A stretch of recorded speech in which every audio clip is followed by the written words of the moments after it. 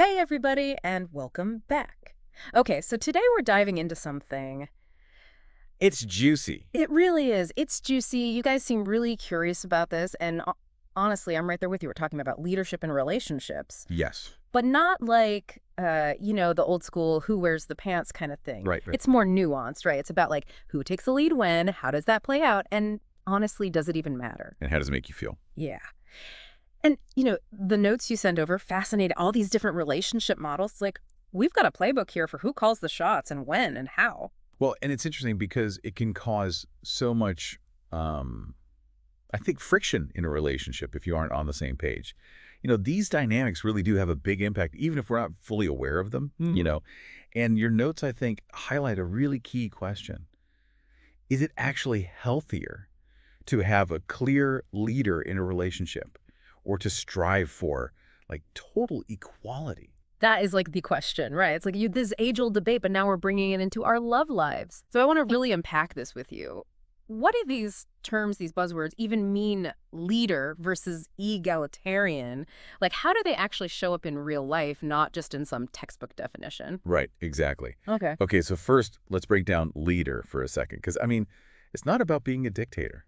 Oh. It's not about barking orders. It's more about, a tendency for one partner to maybe step up more in decision making, Yeah. especially when it comes to those big life choices. Yeah. We're talking finances, where to live, how to deal with conflict, Mhm. those big things where someone might naturally be more like, okay, I'm going to take the reins on this one. Yeah.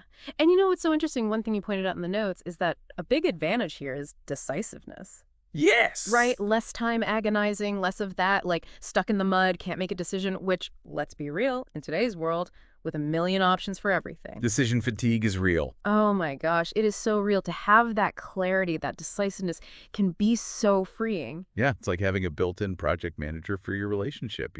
I love that. And that can be a huge stress reliever. And, Mhm. it often spills over into clearer roles too, right? Yeah. So maybe one person is naturally drawn to handling the bills. The other one's a fantastic trip planner. Right. And, this kind of ties into what psychologists call schema theory. It's basically this idea that we all have these mental frameworks for how things should work, right? Okay. And having those defined roles can really create this sense of security, predictability, which a lot of people find very comforting in a relationship. Yeah, it's that I know what to expect, which can be really reassuring, depending on your personality. And speaking of comfort, another thing you brought up is how having that designated captain, like you were saying, can actually be a source of security, especially when things get rough. Oh, absolutely. Especially when you're navigating change in your life.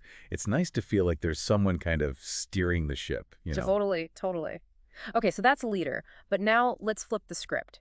What about the other side? Those egalitarian relationships where it's truly equal. Right. So in this model, it's all about shared responsibility.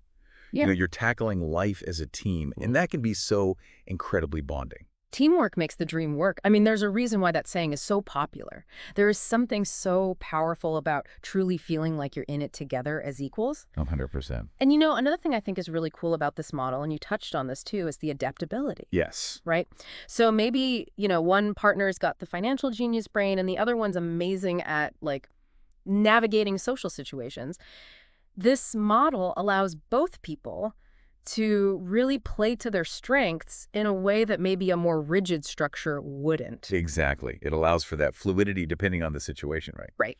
So maybe one partner naturally takes the lead on a decision where they just feel way more confident, but then the other partner shines in a different area. And make you wonder, right? Like, I'm trying to imagine these dynamics in action. Let's say a couple's facing a really tough financial decision.